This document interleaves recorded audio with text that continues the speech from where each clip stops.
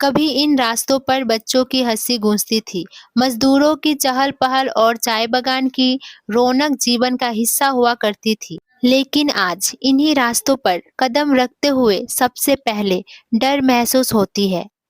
क्योंकि यहाँ हर मोड़ पर यह आशंका रहती है कि ना जाने कब हाथियों का झुंड सामने आ जाए। उत्तर बंगाल के जलपाईगुड़ी जिले के बनाहाट ब्लॉक में स्थित रेड बैंक चाय बागान और इसके out division Surendranagar tea garden के गुआबारी और सलवानी लाइन के लोग स्कूल, बैंक, बाजार और सरकारी कार्य के लिए इसी रास्ते से होकर गुजरते हैं। 2011 की जनगणना के अनुसार इस क्षेत्र में कुल जनसंख्या 40,114 है, जिसमें लगभग 490 बच्चे शामिल थी, जो आज स्कूल और कॉलेज में पढ़ने की उम्र में है। लेकिन उनका हर रोजाना का सफर अब खतरे से भरा हुआ है। पहले जो रास्ते सामान्य थे, अब वो घने जंगलों जैसे बन गए हैं, जो डायना बीट फॉरेस्ट रेंज के अंतर्गत आते हैं। प्रशासनिक रूप से यह इलाका भले ही बानाहाट ग्राम पंचायत और रेड बैंक टी गार्डन के अधीन आते हैं, लेकिन वास्तविक नियंत्रण टी गार्डन कंपनी और फॉरेस्ट विभाग के हाथ में है। सुरेंद्रनगर का यह मुख्य रास्ता, जहां से रोज बच्चों और मजदूरों को होकर गुजरना पड़ता है, वही आज एक जोखिम भरा मार्ग बन चुका है, क्योंकि हाथियों का झुंड कभी भी आ जाता है और लोगों की जान पर संकट पैदा हो जाता है। तो नाम?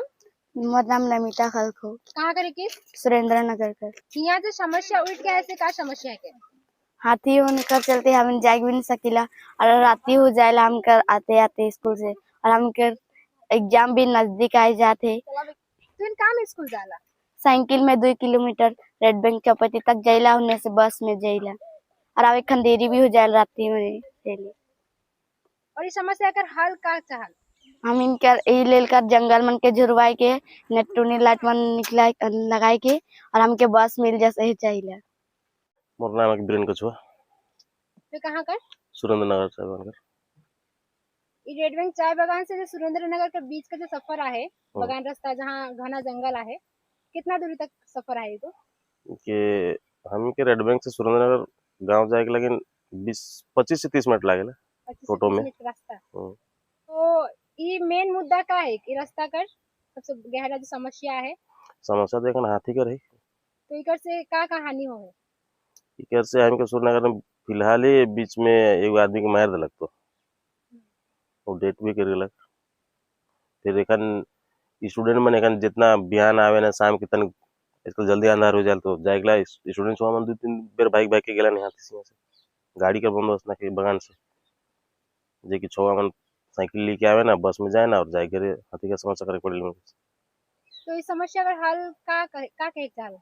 इकर हल अभी क्या हाल था, फॉरेस्ट डिपार्टमेंट क्या करत है वो पूरे फॉरेस्ट विभाग, टी गार्डन कंपनी और स्थानीय प्रशासन के बीच तालमेल की कमी स्पष्ट रूप से दिखाई देती है।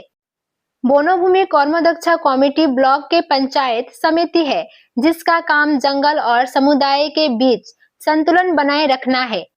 उसका असर यहाँ लगभग नजर ही नहीं आता। वह तब दिखाई देती है जब कोई दुर्घटना हो चुकी होती है। लोगों की मांगे बहुत साधारण और बुनियादी है। जंगल की नियमित सफाई हो, रास्ते में स्ट्रीट लाइट लगाए जाए, फॉरेस्ट विभाग की मोबाइल टीम की लगातार गश्त हो, और सबसे महत्वपूर्ण बात, यहाँ की बच्चों को स्कूल जाने के लिए सुरक्षित रास्ते मिले और मजदूरों को आने जाने में सुरक्षा सुनिश्चित की जाए। ये कोई बड़े सपने नहीं, बल्कि बुनियादी अधिकार है जो हर नागरिक का हक है। आज इस इलाके के लोग सिर्फ सुरक्षा नहीं मांग रहे, बल्कि अपने बच्चों का भविष्य मांग रहे हैं। हाथियों का जंगल में रहना प्रकृति है, लेकिन इंसानों का डर में जीना नहीं होना चाहिए। जरूरत इस बात की है कि टी गार्डन कंपनी, फॉरेस्ट विभाग और स्थानीय प्रशासन एक साथ बैठे और इस डर को दूर करने के लिए ठोस कदम उठाए, जो बरसों से इस समुदाय को जीवन का हिस्सा बना चुके हैं। जब रास्ते सुरक्षित होंगे, तभी जीवन आगे बढ़ पाएगा, और तभी चाय बागान की जिंदगी और उसके लोग फिर से मुस्कुराना सीख पाएंगे।